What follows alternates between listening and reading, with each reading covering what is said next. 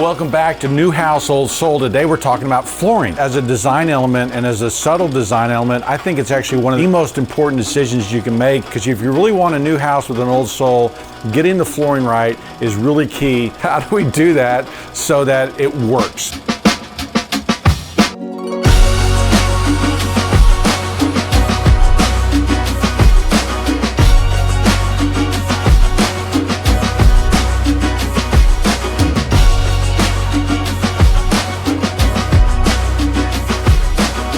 Build Original Series, hosted by Brent Hall. New House, Old Soul. Sponsored by Stellar Floors and the Unico System.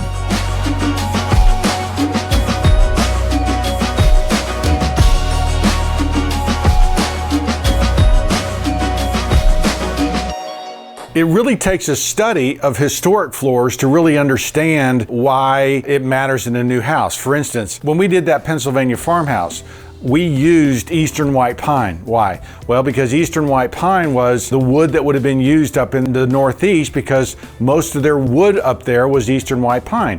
Now, as industrialization and the railroads and everything else begins to take hold across the country in the 1860s into the 1890s, you begin to have products from other parts of the country ending up in other places. But until that time, you didn't have Vermont slate in Texas, right, in the 1800s. It wasn't until after the railroad that you began to see this transfer of material. So the story that you're trying to build, the story that you're wanting to use, are regional materials. If you're out in California in the 1940s, the 1920s, you're building with redwood, right? You're building with these excellent woods out there, not the floor, for the exterior trim and things like that. And so there are regional woods that happen historically that I need you to keep in mind. This is post-industrial and this is pre-industrial. So probably around, let's say, 1850, okay? In that range, as industrialization takes over, around this time period, we switch over from a handmade era to a machine-made era. Now, what that means is that a colonial house that we're trying to build means that the flooring is going to be random widths, okay? And it's most likely wide boards, because what would have happened is they would have taken a tree, right? And they would have cut the tree and they would have sliced it out of that tree. And so you get, some boards that are 8-10 inches and some boards that are 14-16 inches, right?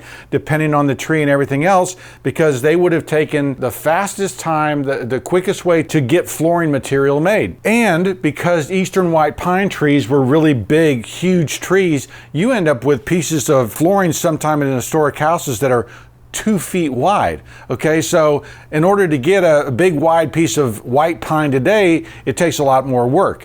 The other thing that would have happened is that they would have felled this tree, and this tree was 20 feet long.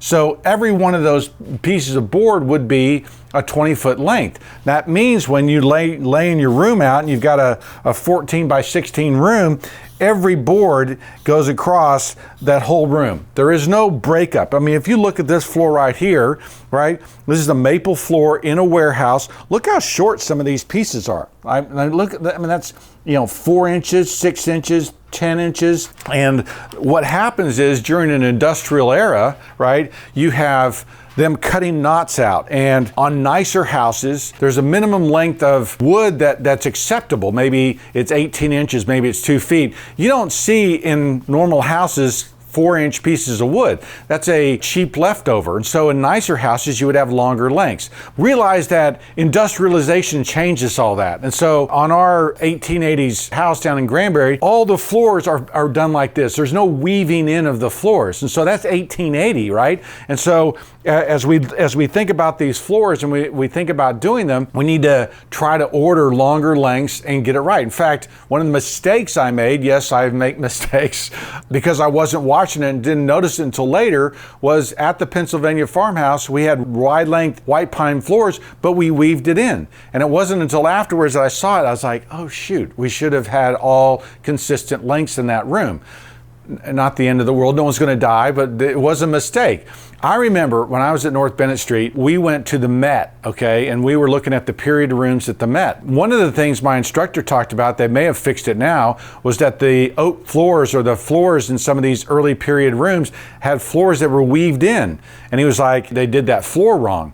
And so we were looking at that going, that's crazy that at the Met they messed that up. He goes, well, when they did those period rooms in the 40s, they weren't as sophisticated preservationists as we were later. We continued to learn new things. And so they had actually kind of done that period room wrong. And you can look, if you're in New York, and go to the Met and go to their period rooms and see if their floors are still messed up or whether they fixed it yet. I haven't looked in about 20 years. So some other things, okay?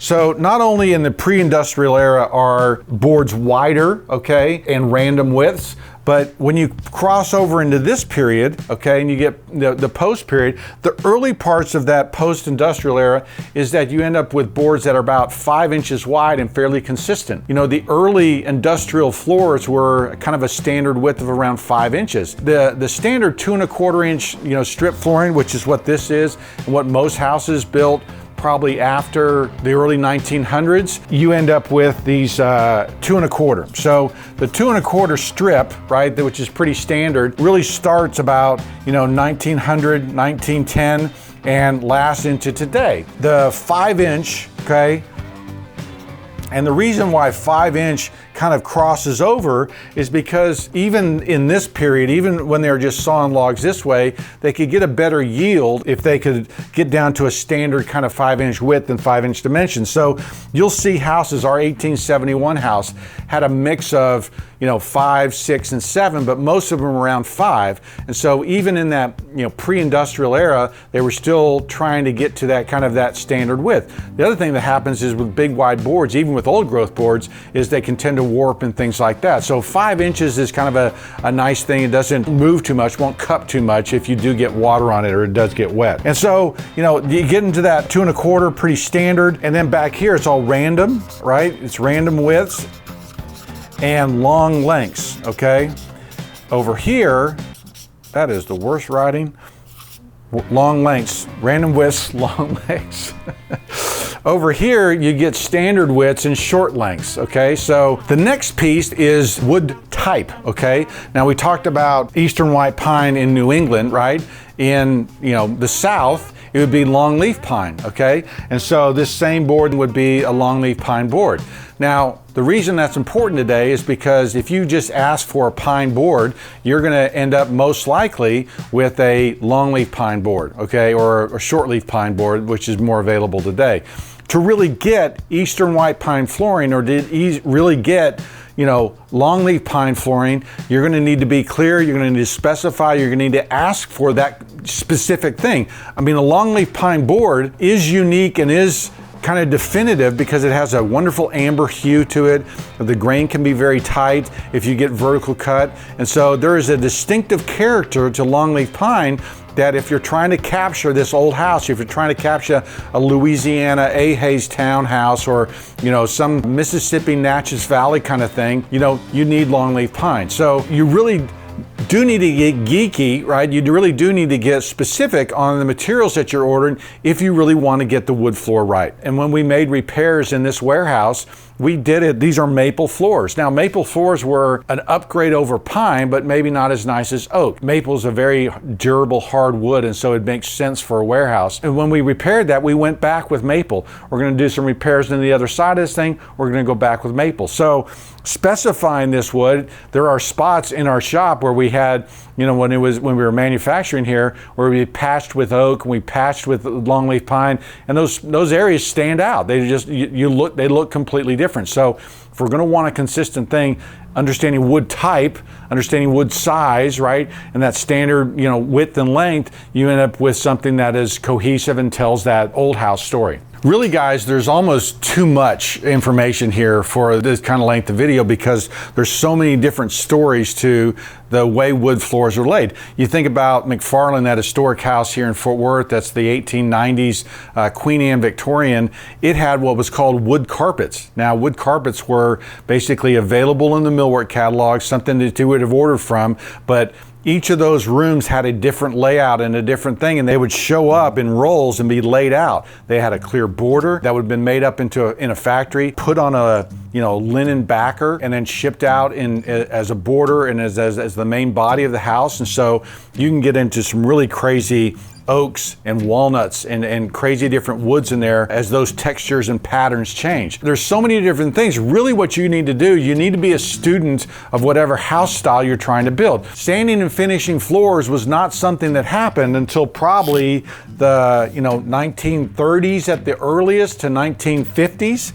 And so up until then, floors were waxed, okay? It's fairly new. I did a video on shoe mold. I said, the shoe mold is something that happens in the last 40, 50 years and what wasn't as common back in this back period. So speaking of floors, we're not even gonna get into marble, but we did that marble floor at that conservatory that we did a video of recently. Marble is something, if we were in Europe, right, probably most of this conversation would be about stone floors, not necessarily wood floors. The other thing that makes it a challenge for this getting your floors right is there is so much being done with floors today, okay? The pre-finished floors, which used to be ugly, but are actually fairly good right now. On our Highland Park house, we actually did pre-finished wood floor because the way they come together is really good. And so there is technology happening out there that they can paint a finish onto your wood floor. The one thing I would never do, probably done it once, but is the hand scrape floors, okay? Hand scrape floors drive me nuts, and hopefully this fad has finally passed and no one's doing it anymore. Certainly don't see it like I used to see it 15 years ago, but the hand scrape floors is an example of a designer or a decorator having a kind of a fun idea of wanting a rustic floor and scraping the hell out of it, right? And, oh, I've got this rustic floor. Don't do that, okay? And it's an example of how something can become a fad, okay? And something that can become very dated. The reason I hate those floors is that if you had a board like this, okay, first of all, they scraping it this way, which is that never would have done. They would have always scraped it with the grain. And so you end up with all these bumps and bruises all over this floor, and no one ever in history left their floor like that. No one would have done that, okay? And so the fact that they left this floor so rustic almost kind of shows their hand of like, what are you doing? No one ever did that. And so there can become some very popular things. I know the grays and whites are kind of, losing their popularity, and people are starting to introduce colors again. We're going to look at that gray and white era that we just came from and go, that was kind of crazy. And it influenced everything. There should be some timelessness is the point. We want our houses to be timeless, and understanding the historic precedent, understanding how that works really can help your house get that old house soul and have that timelessness, which adds most value in my opinion and is the most beautiful long term. What I want to do now is I want to take you out to the shop. We've got some samples out there, and I want to talk about wood grain. I want to show you how important the cut of the wood matters and how that looks.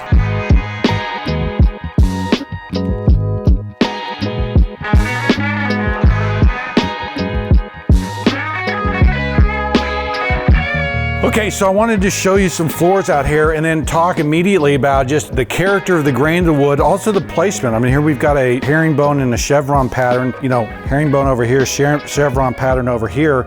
These are French styles that really can make a huge difference in a dining room or in some special place where you want to really elevate something. But if you look at what we did here, and this is for that big European house we did, notice what we did here, guys. We did antique oak, okay? So the reason you're seeing holes here where the nails went in and you're seeing check marks and knots and a little bit of wormhole here is because, we wanted wood with character. We wanted wood that kind of told the story of this house. Now, look at the difference in this wood quality here and the grain quality, okay? So there's a piece of antique oak, okay? It's really wide. It's probably 10 inches wide. A lot of natural checks in it. There's wormholes in this. There's some wormhole right there. So, tons of character. Then look at this, right? And there's a piece of very clear pine, okay? Now, they're both plain sawn, okay? That means you see the steepling in the grain of the wood. And so they're both plain sawn, but because this is antique, okay, it has tighter grain. The tighter grain means that it doesn't show off that crazy pattern. So if we stain this versus staining this is going to look not as wild, okay? So the cut of the wood is very important. Notice too that this is an engineered piece of wood, right? So they've taken that piece of oak and they put it onto a piece of plywood. Now where that's really helpful is where you're putting wood onto slab floors, okay? Where moisture from the floor might come up and try to cause that thing to warp. Or you're putting it in a basement where there's a potential possibility of some flooding or some water coming through with the heavy rain. So the engineered floor we really like with the wide plank oak because it's so stable and it keeps the wood from cupping. So, but look at the difference in the character of the woods. This would be very appropriate, very, very cool in a old European house, right? Or an old, that's French Revival, Tudor Revival, any of those things like that. This would be very good in a clean house, right? A very contemporary house, right? Where you're almost going to bleach the oak so that grain doesn't come through. Again, all of the different qualities that we can do. Look at this too, okay? 2 pieces of pine, okay? This is a piece of white pine. This is a piece of yellow pine, okay? Notice the grain structure. Now this one is rift and quarter sawn, so you don't see crazy patterns in it. Look how even this grain is. You barely see any difference between the early and late growth. And that's really what those color differences are. You got early growth and late growth. You don't really see any of that. And so they're going to tell a different story, right? This is going to be much stronger on the floor, especially when it's stained, than this one. Now, the other thing, I did a whole video on staining, and I talked a little bit about dyes.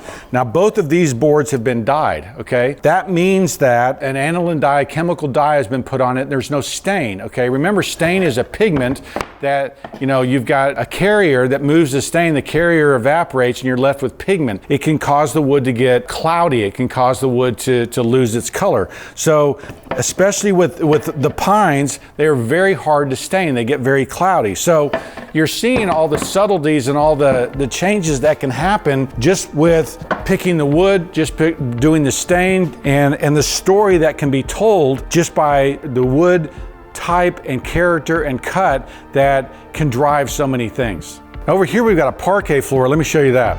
So again, being a student of history, we are going to talk about this parquet floor. And the parquet floor is actually a floor that was done in France that was actually mortise and tenon together. Actually, there's pegs in this floor. So there's a peg there, there's a peg where these things go together. And on that eclectic French house, we had a dining room and a study that we did in this parquet floor, and we varied the size of the parquet floor so that it would fit evenly within that thing. So this is a custom-made floor that we did for that room where we were able to introduce this kind of customization, but following an historic precedent. So when we looked at the old books, we looked at the patterns and how they put everything together, we had a clue for how to build. I mean, pegging in the floors, especially like in the 20s, remember that 1928 period revival house? That house had a pegged floor. If you think about the Dilbeck house, that had a pegged floor. So, the way they did their pegged floors, they had a Forstner bit that went down and did this perfectly round hole. Now, historically, those pegs are way too big, right, to be appropriate to this kind of era, but they're hearkening back. So there's all these different histories and all these different stories. If I'm building a 1920s and 30s house, I'm doing my pegging like that with the big round dowels, okay? If I'm doing a period revival house, I'm doing it more like this. And so, again, I hope that you're seeing that on this wood floor thing. That's not just you have this much selection. When you study the past, you have, this incredible fan of opportunity from rustic to really refined, all by the type of wood you choose, all by the stains you do, how you lay it, what size it is, what length it is. All of these different things really help define that and give your house that old soul. Hey guys, hope you enjoyed that episode of New House, Old Soul, talking about flooring. One of the products that I think is definitely worth your consideration is this new way of thinking about how to install wood floors. Basically, you have a system of solid wood lumber, right? And there's a unique clip system that you're gonna see here as I put it together, but I can get a pre-made, pre-finished wood floor that I could also sand and finish if I wanted, that is removable. So this year they've come out with a new product called Silva, which is a 5/8 inch product, different from their 3/4 inch heirloom product. This is that. You got a 5/8 inch product, it still snaps together, it's still easy to install, the craftsmanship is still excellent, it'll last a very long time. The beautiful thing about this system is that it's a floating floor system that water gets up underneath it, water can drain away. I can replace individual boards. If I actually had this board stained or broken, I can actually take this board out and get this working just like anything else. And so this is one of those products that high quality, high speed, high flexibility as far as being able to change out floors and fix things if you have, a problem with your floor system. So Stellar Floors, an amazing product, a great new system for how to think about hardwood floors, about getting beautiful hardwood floors that comes in a number of different species and a number of different cuts. So I can get a huge variety of wood floors, very high quality, solid wood, solid lumber. You're talking about a product that's a 100-year product. When we're talking about new house, old soul, we're talking about craftsmanship. And one area where you're not going to compromise and have craftsmanship problems is with the Stellar Floor system, because they actually understand fine craftsmanship. This is a product that doesn't need to get nailed in place. This is a unique and wonderful system for